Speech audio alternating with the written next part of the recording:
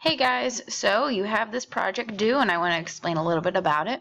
So the first thing is that if you notice there at the top of your paper is a due date, so make sure that you write down whatever day it's due. It should be on the board.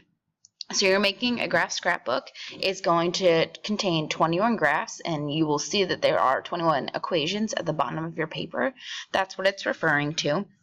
And so what you're going to be doing is grouping the functions by the type that they represent, so absolute value or exponential, etc. So each type will have 3 graphs to go with it. So if you don't have each type having 3 graphs, then you've labeled one of them wrong. Also, the project is 77 points, so it is a larger project, so you're going to want to make sure that it is done well. That is why I am giving you 2 weeks to do it.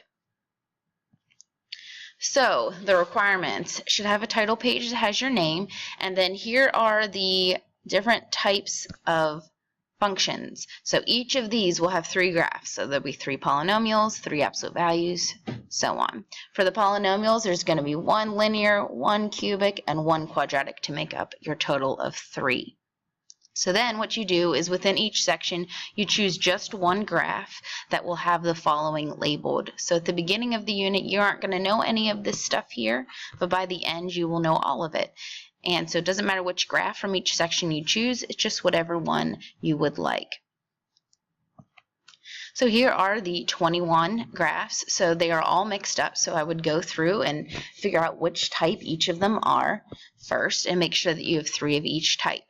One thing to note is the ones with the fractions, like number 12, you must put the top and the bottom in parentheses whenever you're putting in the calculator. So you put 1 in parentheses, then hit a division symbol, and then put the x plus 5 in parentheses. So same for number 14, and same for number 21.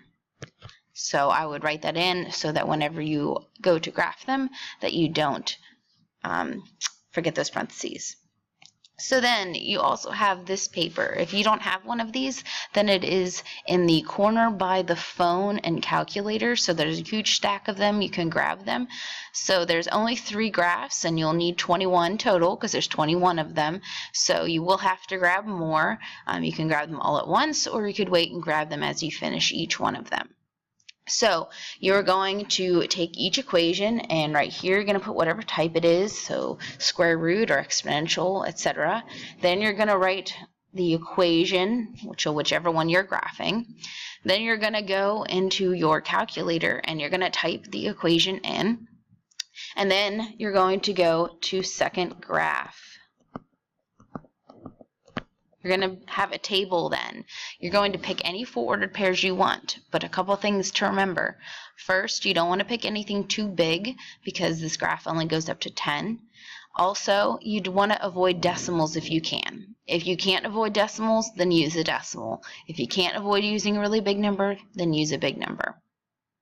Then you're going to take each of those order pairs, the 4 that you get, and you're going to graph them. So you're going to put dots in your graph wherever those order pairs would go. And then you're going to connect those order pairs so that it looks like the graph that's on your calculator. So you'll hit graph on your calculator, and then you'll connect them so it looks like the shape that you see. It doesn't have to be perfect, but it needs to be as good as you can do it. So whenever you are putting together a scrapbook, I don't particularly care how fancy it is.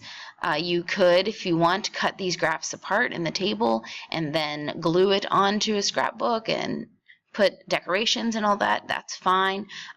You could just use construction paper if you want. You can use any of mine on the back bookshelf.